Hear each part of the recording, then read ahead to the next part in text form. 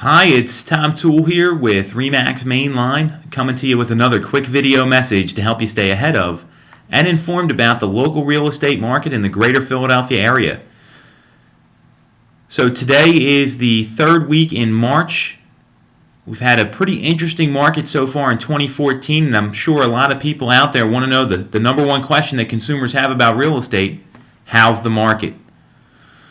We know the answer to that question depends. If you've watched any of these videos, you've probably heard this before, and it depends on if you're looking to buy, sell, rent, or invest.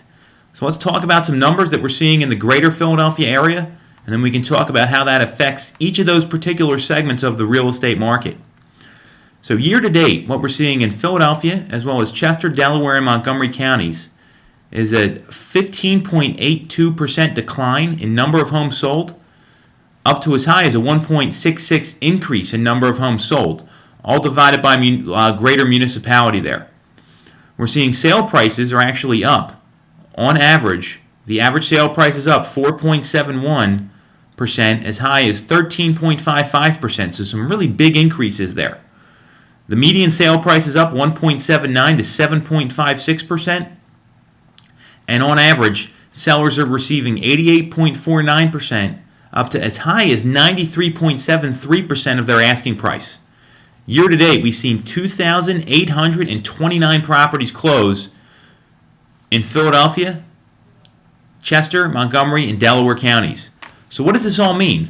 If you're a seller, the markets continue to move in your favor. We're seeing prices really increase here significantly, continuing the momentum from the end of 2013, which tells me that we're going to see some sustained, stable growth in 2014.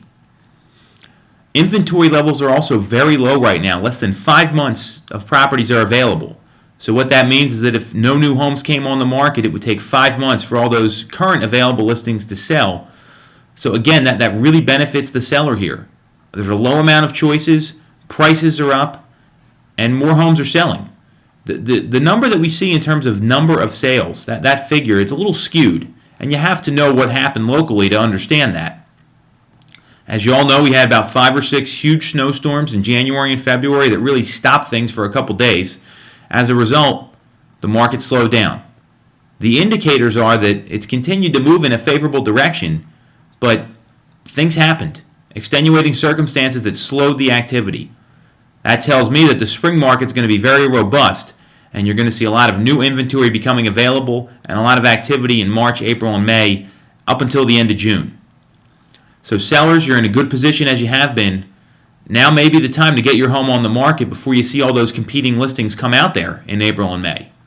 Buyers, what does this mean for you? And this is a good question, because buyers see these numbers and they think, oh, the market's a total seller's market. And while conditions do favor the seller, you're still coming off the bottom of the market. And what that means is that prices are still historically low. They're up 5% year to date in 2013. We're seeing similar increases so far into February in 2014. However, that's off the bottom.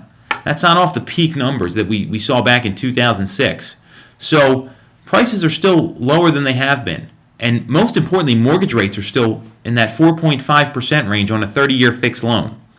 What that tells me is that if you see something as a buyer that you're ready to move on, make that move now, because the next home is likely going to be priced higher, and there's the risk that rates are going to go up in that time frame. Investors, what does that mean for you? Well, investors, as you always know, it becomes a simple math equation for you. Business is math, and this is a business decision for you. Knowing that, your numbers have to work. You have to see what the cash flow is going to be, what your monthly income and your annual income is going to be. That's going to make the decision for you as an investor. So, in summary, sellers, get your home on the market now before there's more competition. Buyers, don't pass on an opportunity because it could cost you more down the line. And investors, make your numbers work and you'll be in great shape. Hope this information was helpful. If you have any questions about your particular real estate needs, buying or selling, call me in my office at 610-692-6976. Check out my website, tomtoole.com. I'm here and ready to serve for anyone who's looking to make a real estate decision. Thanks for watching. Talk to you soon.